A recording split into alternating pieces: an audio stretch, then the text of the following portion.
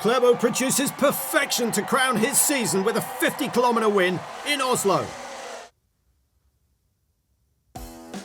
After the women's 50k yesterday, it was the men's turn to take on the longest, toughest and most prestigious race of the season, the Holmenkollen 50, founded in 1888.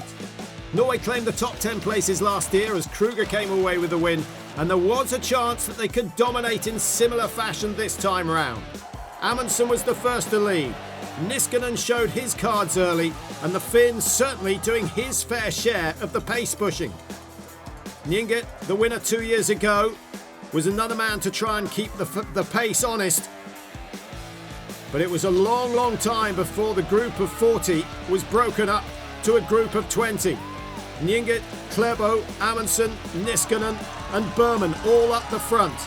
As they approached the hour mark, it was time to think of changing the skis. Just one ski change permitted in the 50k race. Lauri Lepisto of Finland, the only man to opt out and save it for another lap. His 15-second lead was soon eaten up by the group of 20 forming at the front. Amundsen again, trying to break away from Klaebo. The French were there with Lapalus and Lapierre. The Swedes were looking at Paroma and Berman for success.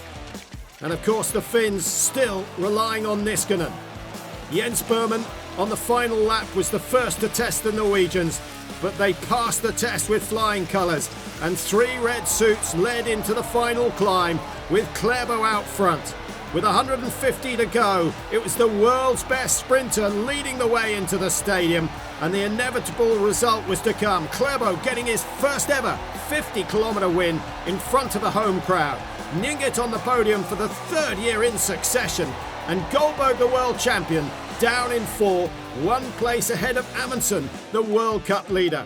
But the day belonging to Klaebo, he has got the race he wanted.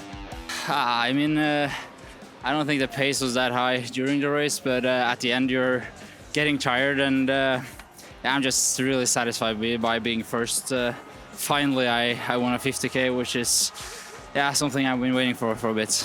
So Amundsen still leading the overall World Cup by 202 points. There are only 400 points up for grabs. It is getting a little bit closer to success for him. Klaebo moves on to 18 distance classic wins, the same as Smirnov and Smaan. He's in good company there. But what a day here in Oslo. And now Klaebo turns his mind to achieving the impossible double by winning the sprint in Drammen in 2 days' time.